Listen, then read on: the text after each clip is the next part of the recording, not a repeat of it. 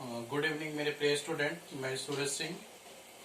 आज हम लोग अपने हिंदी व्याकरण का बहुत ही इम्पोर्टेंट चैप्टर विशेषण के बारे में चर्चा करेंगे। विशेषण के प्रकार के बारे में।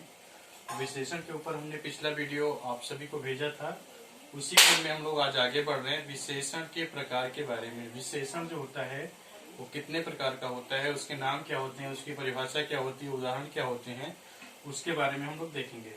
तो आप सभी से मेरा रिक्वेस्ट है कि इस वीडियो को लास्ट तक देखना, जिससे आपको सभी को मेरा ये वीडियो समझ में आए। और अगर आप सभी को मेरा ये वीडियो पसंद आ रहा है तो प्लीज मेरे वीडियो को सब्सक्राइब करें, लाइक करें, शेयर करें, जिससे मैं आपके लिए और अच्छा से अच्छा वीडियो ला सकूं और अपनी इस हिंदी भाषा के ज्ञान को देश के कोने कोने में पहुंचा सकूं। तो आइए हम लोग अपने हिंदी चैप्टर पर आते हैं, विशेषण के प्रकार। तो जो विशेषण होता है, हमने बताया था संज्ञा सर्वनाम की विशेषता बताने वाले शब्दों को हम विशेषण कहते हैं। तो विशेषण जो होता है वो मुख्य रूप से 4 प्रकार का होता है। विशेषण मुख्य रूप से 4 प्रकार के होते हैं। सबसे पहला होता है गुणवाचक विशेषण। क्या होता है? गुणवाचक विशेषण।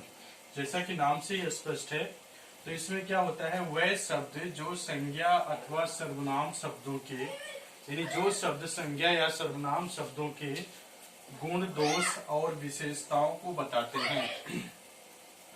वह शब्द जो संज्ञा अथवा सर्वनाम शब्दों के गुण के बारे में बताएं, दोष के बारे में बताएं अथवा विशेषता को बताते हैं, उन्हें हम गुणवाचक विशेषण कहते हैं।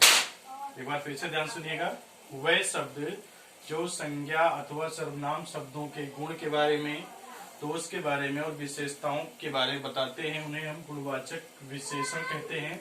जैसे एग्जाम्पल के लिए पहला शब्द है छायादार पेड़। तो यहाँ पे देखिए, छायादार पेड़ में पेड़ की विशेषता क्या है, पेड़ का गुण क्या है कि वो छायादार है। दूसरा एग्जाम्पल हमने लिखा वीर सैनिक। तो जो सैनिक है उसका गुण क्या है कि वो बहुत ही वीर है। तो इस तरह से यहाँ पे देखिए गुण के बारे में बताया गया, उसकी विशेषता के बारे में बताया गया, इसलिए यहाँ पे हो गया गुणवाचक विशेषण। फिर इसी क्रम में दूसरा नंबर आता है संख्यावाचक विशेषण के बारे में। संख्यावाचक विशेषण क्या होता है? तो संख्यावाचक विशेषण वह शब्द जो संज्ञा अथवा सर्वनाम शब्दों की, यानी संख्यावाचक नाम से यह स्पष्ट है कि वह शब्द जो संज्ञा अथवा सर्वनाम शब्दों की निश्चित अथवा अनिश्चित संख्या का बोध करवाते हैं, उन्हें हम संख्यावाचक विशेषण कहते हैं। यानी संख्यावाचक विशेषण की परिभाषा में लिखेंगे कि शब्द जो संज्ञा व सर्वनाम शब्दों के निश्चित अथवा अनिश्चित संख्या का बोध करवाते हैं, उसे हम संख्यावाचक विशेषण कहते हैं। जैसे एग्जाम्पल के लिए हमने लिखा 3 पुस्तकें। तो यहाँ पे 3 शब्द जो है संख्यावाचक है, निश्चित संख्यावाचक है, इसलिए इसको हम संख्यावाचक विशेषण कहेंगे। 2 नोट, 2 शब्द संख्यावाचक है, इसलिए इसको संख्यावाचक कहेंगे। अनेक पक्षी, अनेक पक्षी निश्चित नहीं कितने पक्षी हैं, इसलिए इसको हम अनिश्चित संख्यावाचक विशेषण कहेंगे। तो 2 प्रकार हो गए। पहला हो गया गुणवाचक विशेषण, दूसरा संख्यावाचक, और तीसरा आता है परिमाणवाचक विशेषण।